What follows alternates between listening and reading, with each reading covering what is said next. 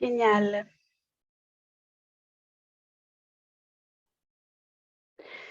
Donc, qu'est-ce que l'action communautaire?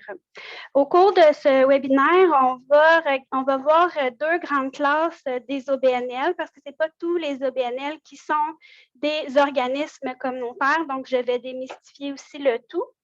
On va voir la définition de l'action communautaire. On va voir les 4 critères de l'action communautaire et les 8 critères de l'action communautaire autonome. Donc, souvent, on voit la différence entre action communautaire et action communautaire autonome, des organismes qui sont d'action communautaire et d'autres qui sont autonomes. Vous allez voir la différence entre les deux aujourd'hui. On va commencer par les OBNL, donc les organismes à but non lucratif. Souvent, on voit aussi OSBL, c'est la même appellation. Ça veut dire la même chose. Il y a plus de 45 000 OBNL au Québec. Ils sont constitués selon la partie 3 de la Loi des compagnies du Québec ou la partie 2 de la Loi des incorporations canadiennes. Certaines ASEF, les associations de consommateurs, sont constituées sous la loi 2 du Canada, mais la très, très grande majorité des OBNL du Québec sont constituées sous la partie 3 de la loi du Québec. Donc, les OBNL sont régis par des lois au même titre que des compagnies, par exemple, à but lucratif. Les OBNL, c'est en majorité des organisations qui ont des actions de nature collective. Donc, ce sont des gens qui se sont regroupés. C'est un minimum de 3 sur un conseil d'administration et ils ont parti d'une compagnie qui génère des revenus, mais qui sont réinvestis dans leur compagnie. Donc, c'est ça une des plus grandes différences avec les compagnies qui font des profits. Ça va jusque-là.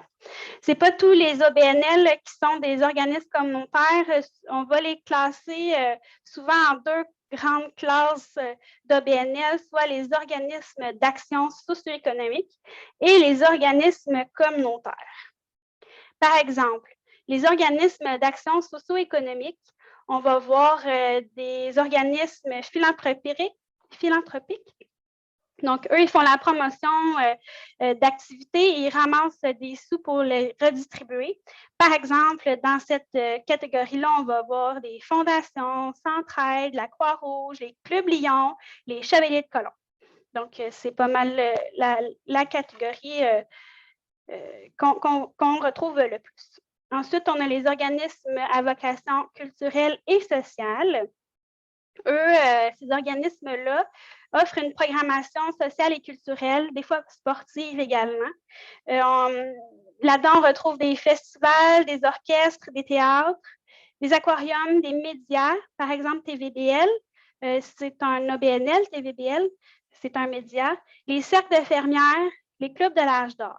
Donc, eux, vraiment, offrent une programmation et des services. Les organismes à vocation religieuse, donc ça fait de la promotion des croyances religieuses, célèbre des services et des rites religieux. Associations d'affaires et associations professionnelles, eux, ils soutiennent, régissent et protègent les intérêts du milieu professionnel de leurs membres. Par exemple, les chambres de commerce. Les chambres de commerce sont des OBNL qui sont des associations d'affaires. Corporations professionnelles, les centrales syndicales aussi, on pourrait les mettre dans cette catégorie. Organismes de défense et de promotion des intérêts, donc le mot intérêt ici est vraiment important parce que ça va les différencier d'une autre catégorie qu'on va voir un peu plus tard. J'ai passé politique, je reviendrai politique. Donc, des intérêts régissent et protègent les intérêts particuliers de leurs membres. Donc, c'est dans des centrales de recherche, les clubs d'élite de sport, les clubs de chasse. On pourrait également mettre les syndicats aussi dans cette catégorie-là. Organismes politiques, donc c'est vraiment des clubs, des comités d'action locale, par exemple les CAL, de différents partis politiques.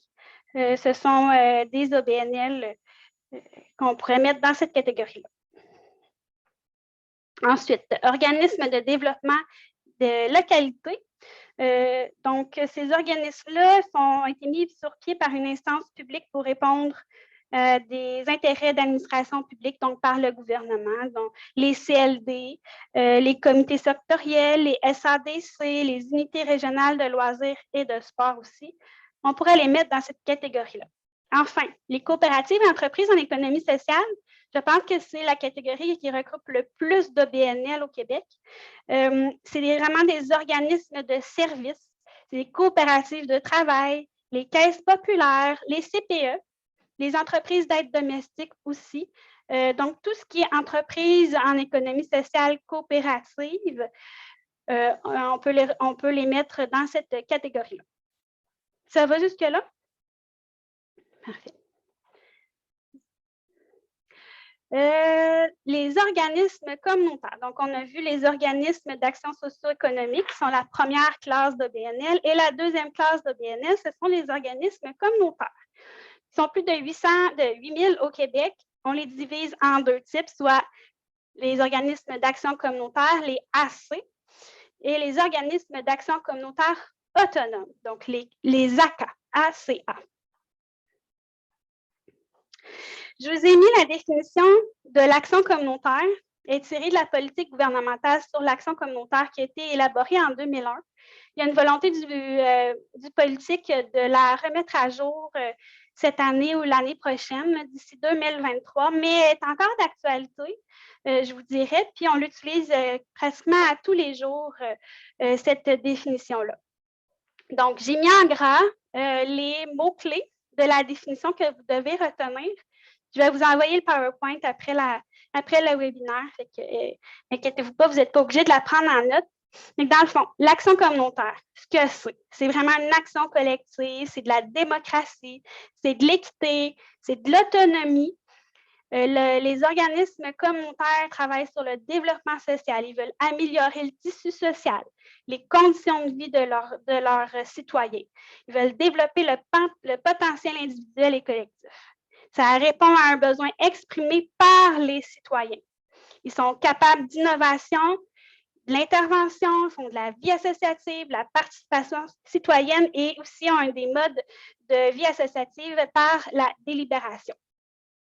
C'est quand même des grands mots qui veulent dire beaucoup de choses, mais on va pratiquement les passer un à un au niveau de cette définition-là parce que c'est vraiment les critères de l'action communautaire qui se retrouvent dans la définition. Pour être reconnu comme un organisme d'action communautaire, il faut satisfaire aux 4 critères suivants. Il faut être un OBNL, il faut être enraciné dans sa communauté, il faut entretenir une vie associative et démocratique et il faut être libre de déterminer sa mission, ses approches, ses pratiques et ses orientations. Le premier critère, c'est d'être un OBNL, il faut répondre oui à au moins une des affirmations suivantes. Dans le fond, il faut être constitué au Québec, réaliser ses activités, la majeure partie de ses activités au Québec. Si on ne rencontre pas ce critère-là, par exemple, les organismes, les OBNL qui sont constitués sous la partie 2 de la loi canadienne, bien, ces organismes-là doivent avoir un siège social au Québec et réaliser la majorité de leurs activités au Québec. Sinon, il y a une troisième catégorie, il y a un troisième critère qui s'applique à des organismes plus internationaux, par exemple. Donc, ces organismes-là, s'ils ont une mission internationale, vont avoir son siège social au Québec et tenir ses réunions de CA ainsi que son AGA. Donc, pour être reconnu comme un OBNL au Québec, il faut répondre oui à un de ces critères-là. Il faut être enraciné aussi dans sa communauté, c'est le deuxième critère. Donc, qu'est-ce que ça veut dire? C'est qu'il faut être une partie prenante du développement de sa communauté et l'amélioration du tissu social de celle-ci.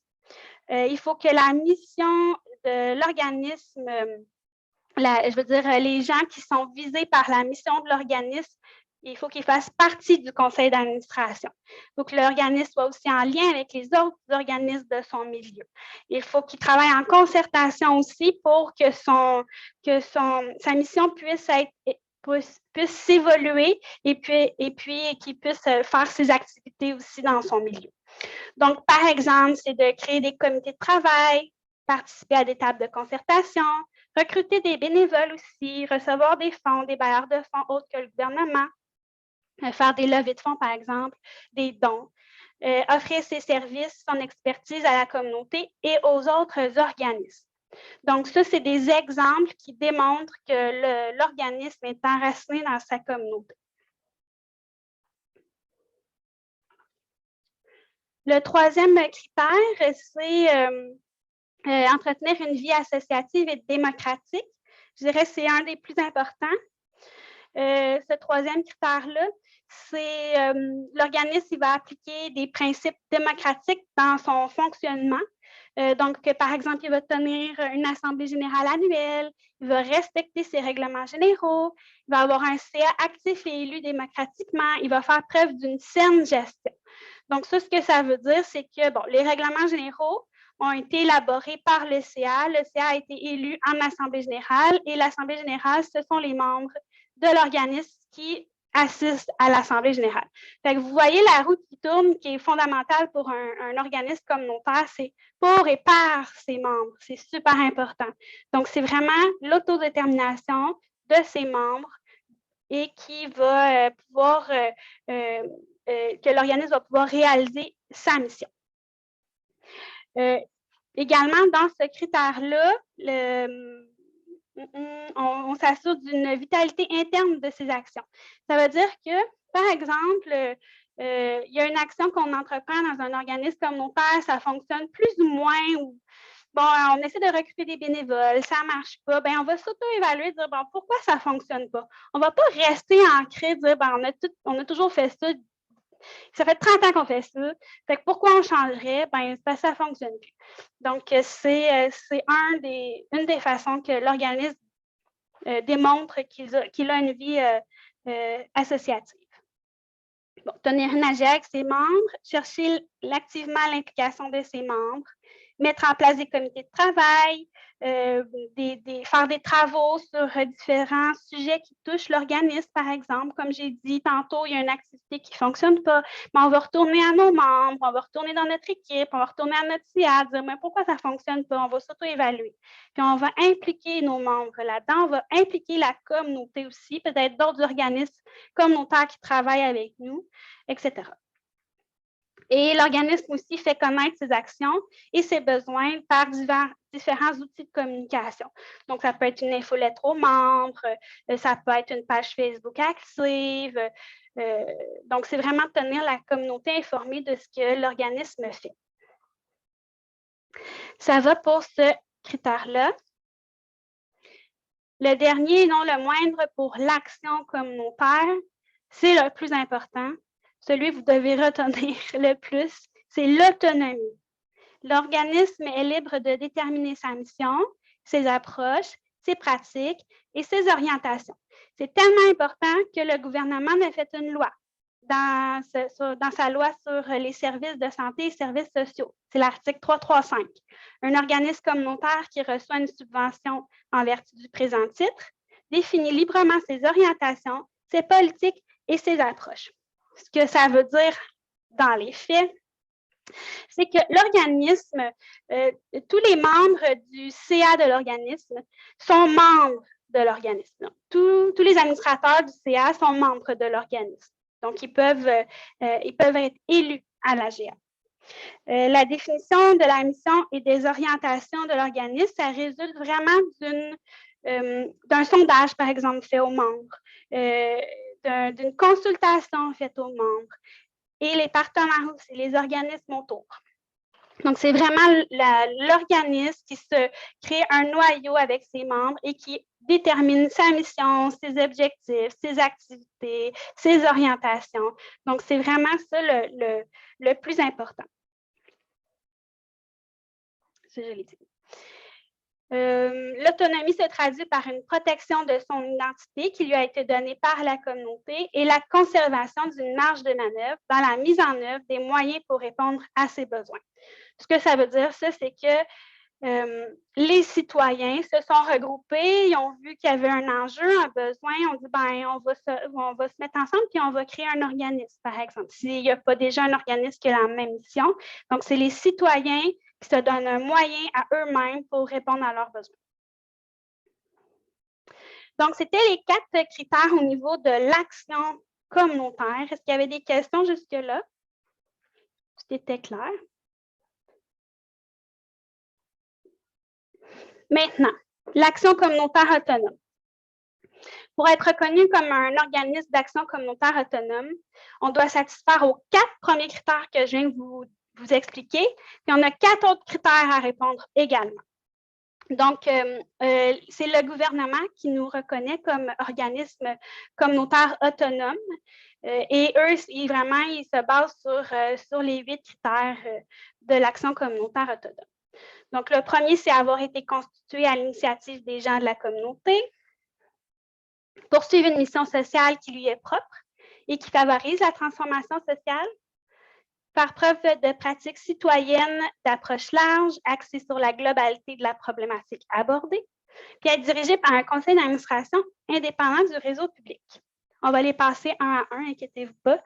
Ce que je voulais aussi mentionner à cette date, c'est que oui, l'action communautaire autonome, c'est vraiment un mouvement de participation et de transformation sociale par la communauté. Donc, c'est vraiment ça. C'est vraiment un organisme qui est issu de la société civile de la communauté. Le premier critère, c'est avoir été constitué à l'initiative des gens de la communauté. Donc, on doit répondre oui à toutes les affirmations. La création de l'organisme résulte de la volonté de citoyens. La mission de l'organisme a été déterminée à l'origine par ses membres. L'organisme a été créé pour exécuter des mandats définis démocratiquement par ses membres et la collectivité visée.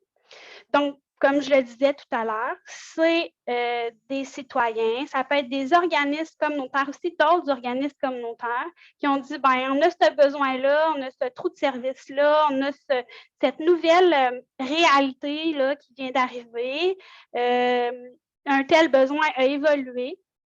Donc, on se rassemble et on crée un organisme qui va répondre aux besoins. Si l'organisme modifie sa mission et ses objectifs, c'est le résultat d'une évaluation et d'une volonté vraiment de ses membres et de son conseil d'administration. Ce critère-là est super important à regarder, puis le gouvernement le regarde aussi quand on fait notre demande d'accréditation, puis il ne peut pas être changé en cours de route. C'est-à-dire que la création de l'organisme en tant que tel, c'est fondamental, puis même si ça fait 20 ans qu'il a été créé, qu'il a été constitué, mais à la base, c'est parti d'une volonté politique, par exemple, d'un ministère qui voulait démarrer quelque chose, d'une ville qui voulait démarrer un organisme quelconque, ben, on ne peut pas changer ça. Donc, malheureusement, ça arrive très rarement. Là, des fois, il peut y avoir certaines modifications là, avec le gouvernement, c'est sûr, mais c'est assez rare qu'un organisme qui n'a pas été constitué à premier abord par des citoyens puisse être reconnu comme un organisme communautaire. Donc, c'est pour ça que c'est vraiment important, si on veut démarrer un organisme, de s'assurer que c'est vraiment c'est une volonté de la communauté. Ça va pour le premier critère. Oui, ça, j'ai tout dit. Le deuxième critère, poursuivre une mission sociale qui lui soit propre et qui favorise la transformation sociale. Donc, ça, ce que ça veut dire, c'est que c'est une mission, c'est le seul de sa communauté qui a cette mission-là, donc il n'y a pas un dédoublement de mission. Puis la transformation sociale, j'y viendrai un petit peu plus tard dans la définition. Donc, on doit répondre oui à toutes les affirmations suivantes pour rencontrer ce critère-là. La mission de l'organisme est essentiellement dans le champ de l'action sociale, développement social et de la transformation sociale. Ce que ça veut dire, ça, c'est la transformation sociale, c'est un individu que l'organisme aide et qui prend au moment où il est rendu dans sa vie et qui l'amène vers l'objectif que l'individu, lui, s'est fixé. Donc, là, un organisme communautaire ne va pas décider pour quelqu'un, ben, tu devrais faire ça de même, puis tu devrais te rendre là, puis tu devrais te trouver une job, puis ça n'a pas de bon sens. Non, non. Tu vas prendre l'individu dans l'intégralité, dans toute où est-ce qu'il est rendu dans sa vie, il va lui donner plein d'outils, des formations, de l'accompagnement, du soutien, n'importe quel type de soutien, mais c'est vraiment pour aider cette personne-là à atteindre l'objectif ou les objectifs qu'elle s'est elle-même fixés.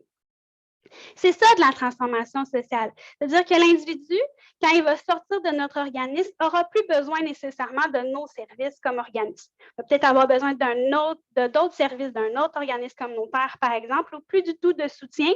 Puis à un autre moment de sa vie, il en aura à nouveau de besoin.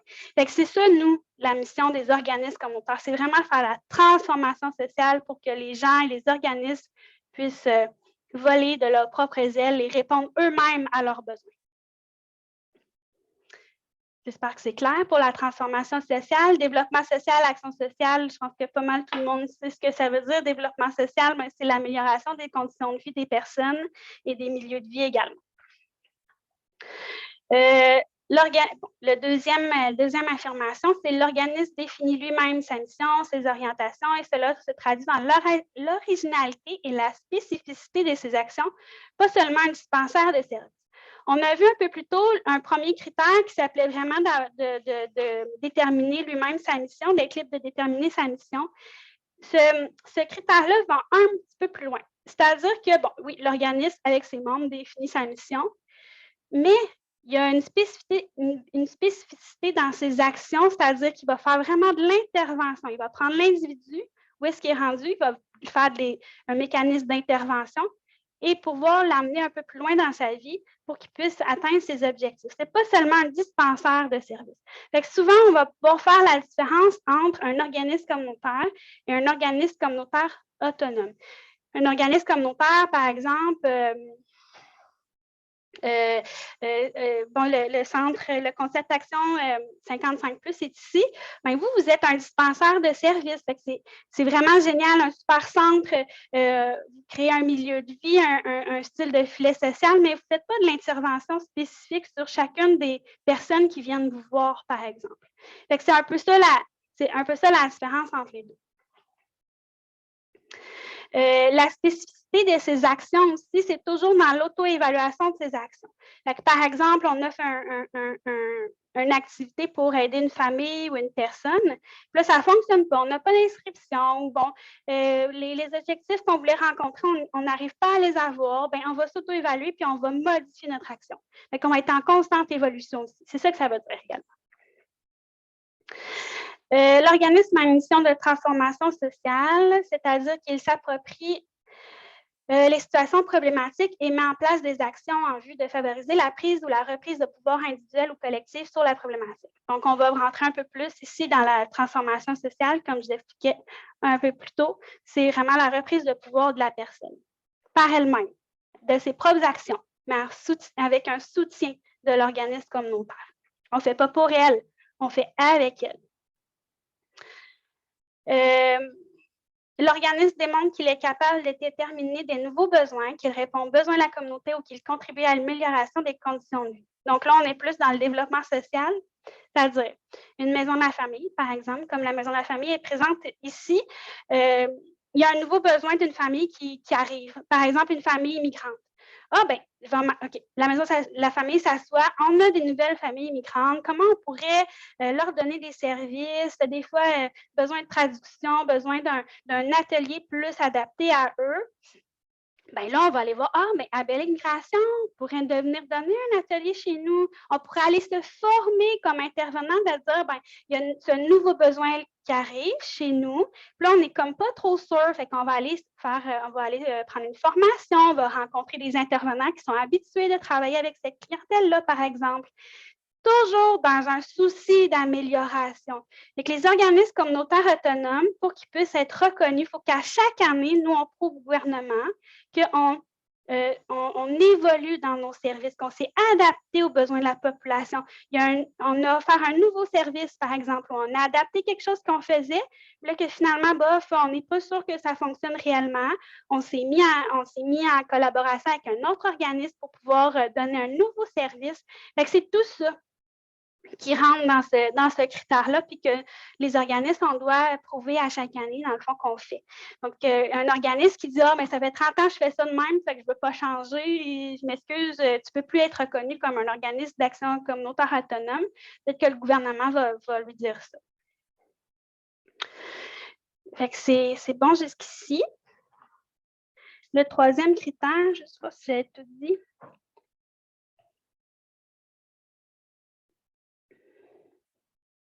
Oui, parfait.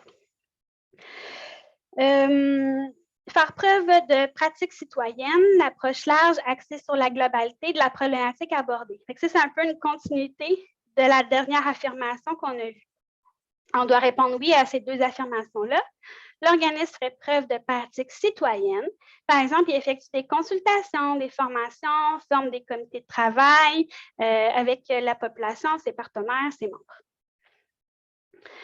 L'organisme met en pratique une approche globale d'intervention, c'est-à-dire qu'il s'informe sur les problématiques qui rejoignent ses membres, met en place des interventions particulières, des services, s'auto-évalue et travaille en collaboration avec le milieu. Donc, ces deux critères-là, le 2 et le 3, se rejoignent beaucoup, là, sont très complémentaires, comme vous pouvez le constater. Sauf que ce critère-là, on va un petit peu plus loin au niveau de la consultation des citoyens. C'est-à-dire qu'on aborde une problématique dans son ensemble.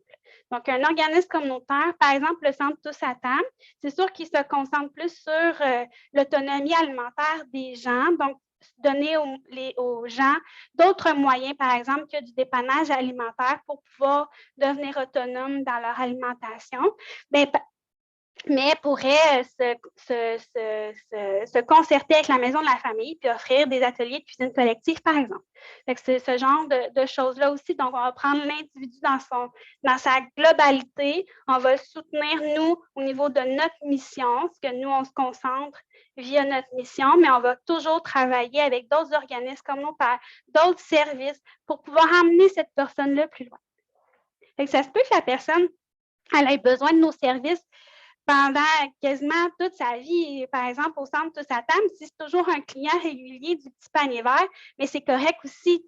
Mais si la personne, au départ, est rentrée au petit panier vert, elle avait plus ou moins de difficultés avec son budget, par exemple, là, vous avez offert en collaboration avec la CF ou le CGE, bon, disons le CGE est là, un atelier sur gérer ses finances, ben, tu sais, c'est correct que la personne, elle va toujours rester cliente du petit panier vert, mais on va l'amener plus loin.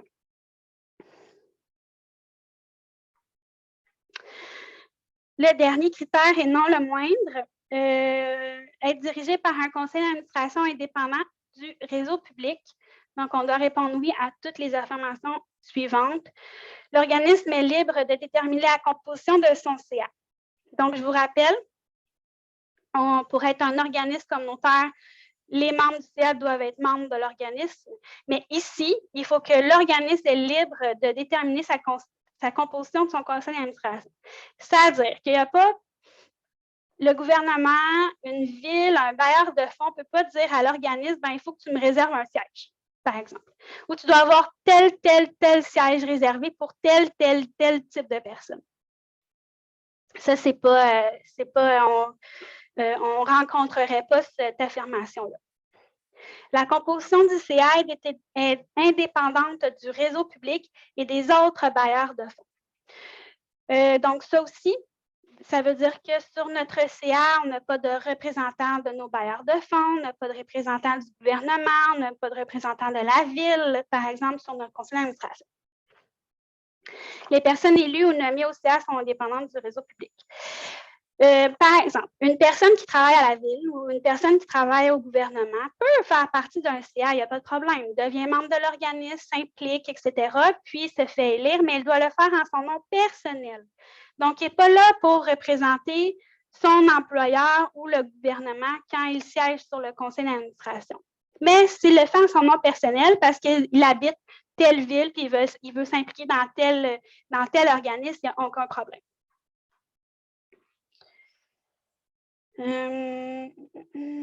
Parfait. Est-ce que ça va pour les critères de l'action communautaire autonome?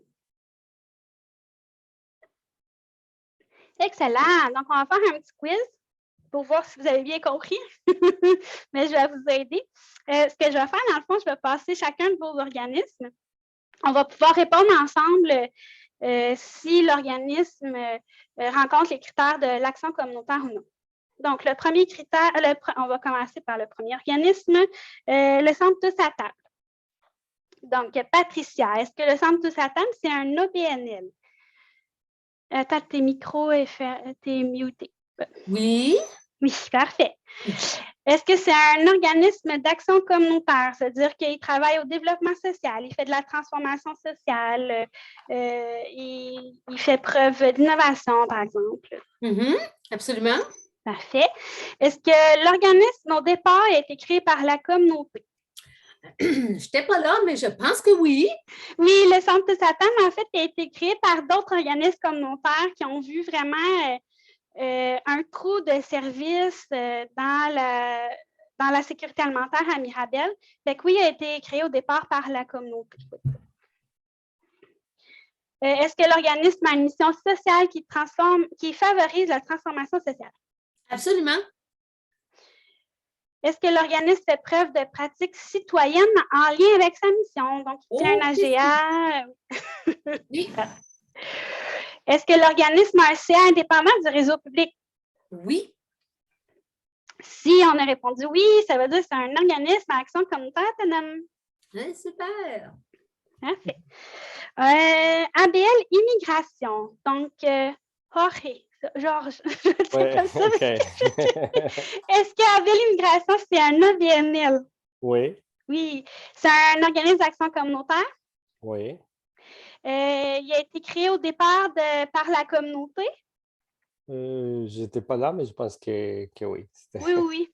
Ça a été créé par des citoyens et des organismes aussi qui voyaient un défi dans l'intégration des personnes immigrantes dans les basses Laurentides. Là, mais oui. Est-ce que l'organisme a une mission sociale qui favorise la transformation sociale? Oui. Oui. Fait preuve de pratiques citoyennes en lien avec sa mission?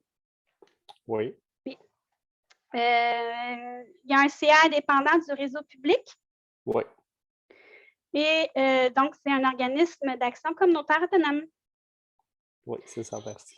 Oui, ce que je n'ai pas dit aussi, un des indices, ce n'est pas tout le temps vrai, là, mais un des indices, c'est si on veut savoir si c'est un organisme d'action communautaire, c'est que l'organisme communautaire autonome, l'organisme est rattaché à un ministère. Donc, il y a un ministère qui nous chapeaute, qui nous donne une subvention à notre mission, par exemple.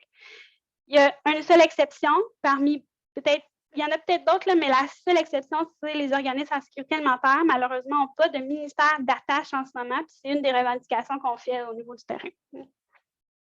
Mais c'est quand même un bon indice qu'à l'immigration, bien, vous êtes avec le ministère de l'Immigration et de la francisation. Donc, oui, c'est ça.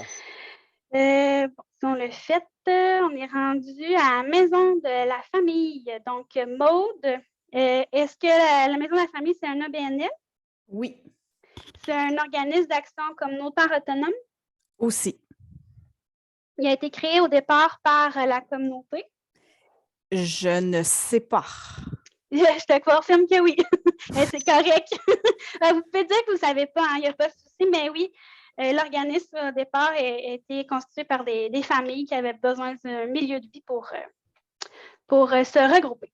J'ai rencontré une des dames Oui. qui a aidé à la fondation, mais oui. Oui.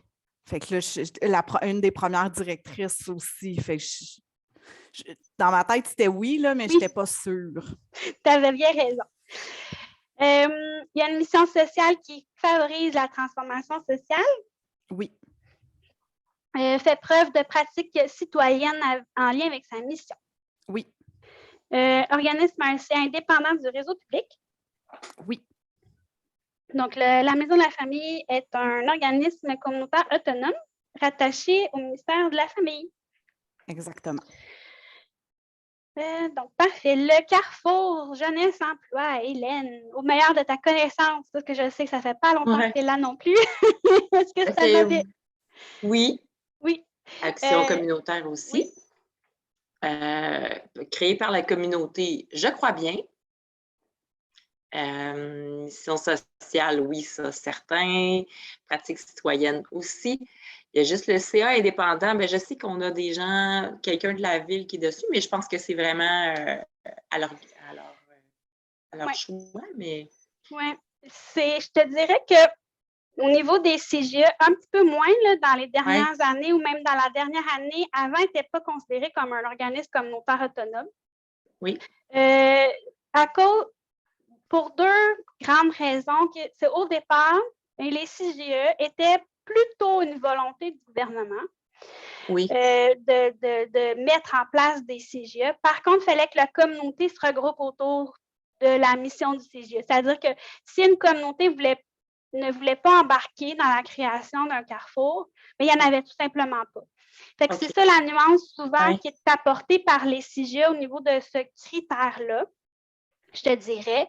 Puis aussi, le CA indépendant du réseau public, les CGE sont libres de déterminer quel siège, qui siège sur leur CA, mais il y en a qui disent qu'ils ne devraient pas avoir des postes nommés. Les CGE ont des postes nommés, c'est-à-dire un représentant de tel, mettons, un représentant de la commission scolaire, du centre des services scolaires, par exemple. Il y en a qui diraient, c'est comme limite là, d'avoir un CA indépendant. Par contre, c'est quand même, il y a quand même une élection de l'AGA pour nommer ces personnes-là. Donc, c'est des personnes qui peuvent se représenter. Puis, ils ne représentent pas l'instance en tant que telle. Ils vont favoriser les liens, par exemple, que le CGE doit avoir. Mais c'est ça. Fait que je te dirais que le CGE est considéré vraiment sur une limite. Oui. Mais par contre, les CGE sont reconnus dernièrement par le Secrétariat à l'action communautaire initiative sociale, le SACE, pour les gens qui connaissent. C'est que on pourrait dire que c'est un organisme d'action communautaire autonome. Oui, on pourrait. OK. Merci. Donc, CGE, c'est fait. CAPEMAUS, donc Madame Nathalie. Lucie. Madame Lucie, excusez-moi, c'est vrai. Nathalie, c'est le Centre Action 55+. Donc, Lucie, meilleure des connaissances. CAPEMAUS, c'est un OBNL? Oui. C'est un organisme d'action communautaire? Oui. Il a été créé au départ par la communauté? Je ne sais pas. Oui, CAPEMAUS a été créé par des sœurs, en fait, là, la sœur Pauline Dagenet, en fait, mais qui s'est regroupée avec d'autres citoyens aussi. OK. Fait que oui, ça a été créé au départ par la communauté pour répondre à un besoin. Une mission sociale qui favorise la transformation sociale. Oui. Pratique citoyenne en lien avec sa mission. Oui. Et un CA indépendant du réseau public. Exact. Super. Fait que c'est un organisme d'action communautaire autonome CAPEMAUS. Merci. Et enfin, le Centre Concept Action 55+. Là, c'est vrai, c'est Nathalie. Je ne sais pas si tu es disponible. Sinon, mais je vais répondre au meilleur de mes connaissances parce que le centre a été présent dans les autres webinaires. Le Centre Concept Action 55+, c'est un OBNL. Est-ce que c'est un organisme d'action communautaire? En fait, pas vraiment. Eux, ils vont donner des services à la population âgée de 55 ans et plus, au niveau du sport, par exemple, peut-être un peu de culture également, mais c'est vraiment plus un prestataire de services et non vraiment un organisme qui a de l'action communautaire. Certains OBNL qui sont dans la catégorie socio-économique, là, par exemple, comme le Centre Concept Action 55+, vont avoir des volets, un peu de mission qui peut s'apparenter à l'action communautaire, mais il faut que toute la mission et toutes les actions démontrent que c'est de l'action communautaire.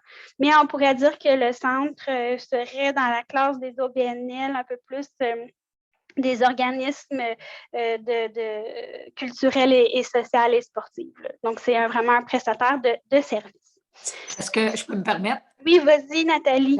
Oui, c'est ça, c'est beaucoup pour amener les gens à bouger et à socialiser, là, tu Exact. sais, essayer les gens justement pour pas qu'ils tombent dans l'isolement et tout, là, tu sais. Oui. Mais c'est pas évident à faire. On a eu une grosse activité la semaine passée, là, c'était vraiment une belle journée de la famille, puis on n'a pas eu grand monde, là, tu sais. Ah. Ouais. Ça, c'est l'enjeu de tous les organismes, les c'est EBNL, dur. les activités Ouais, qui sont. ouais. C'est difficile à amener C'est des gens. dommage. Oui, C'était vraiment. vraiment une belle journée, là, des jeux gonflables, du blé de Oui. dinde. Ah ouais, c'est vraiment une belle journée. Ouais. Anyway.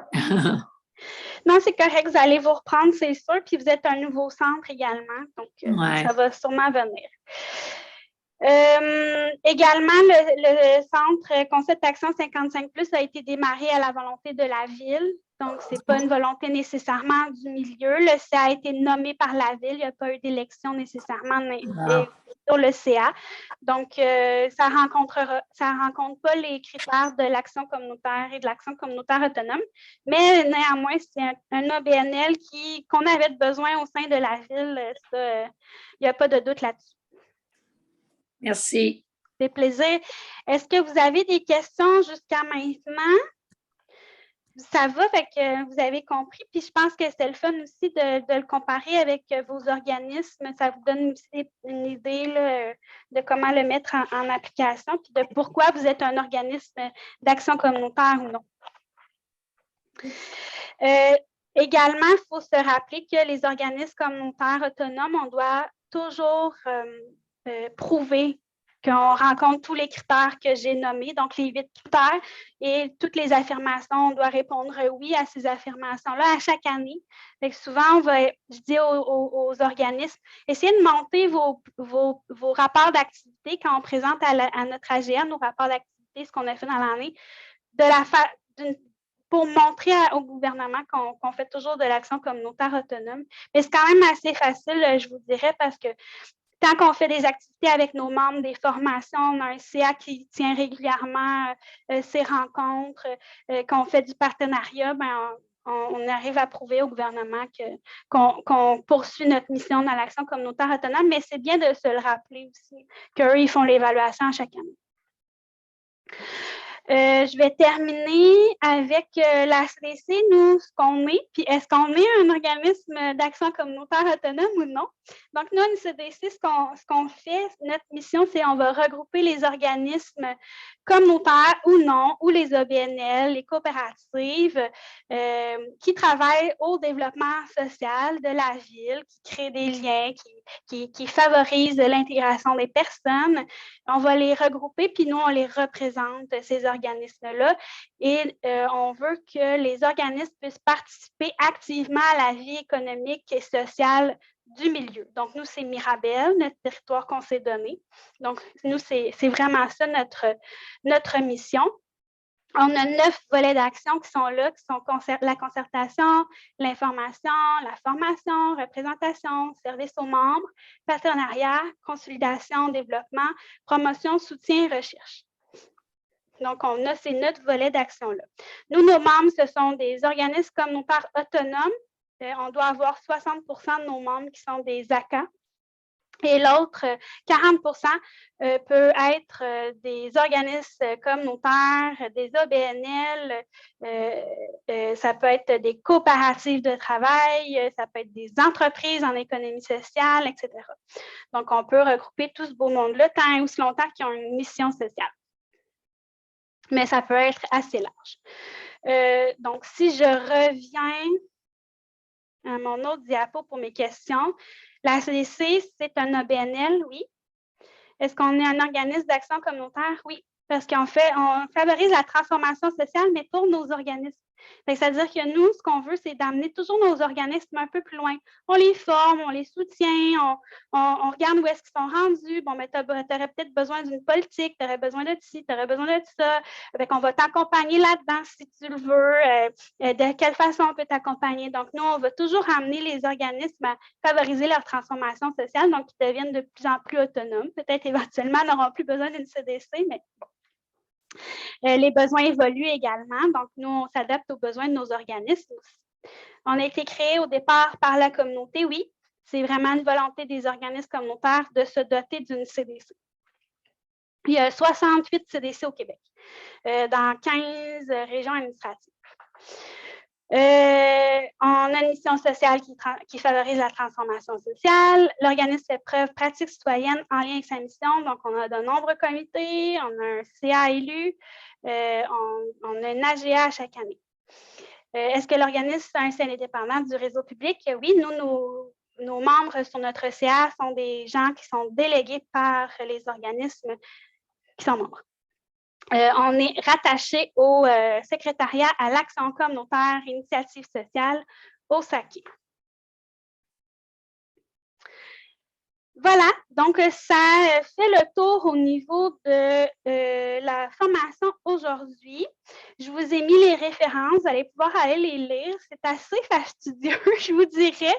Mais ce qui est intéressant, c'est que dans le cadre de référence en matière d'action communautaire, là, pour celles et ceux qui rédigent leur plan, leur rapport d'activité, vous avez vraiment chacun des critères avec toutes les questions que les ministères se posent. Parce que se sont dotés, tous les ministères, tout le gouvernement s'est doté de ce cadre de référence-là. Est-ce qu'il l'applique ou non, je ne saurais vous le dire, mais ça donne quand même une bonne indication comment on peut monter notre rapport d'activité à chaque année. Je vais arrêter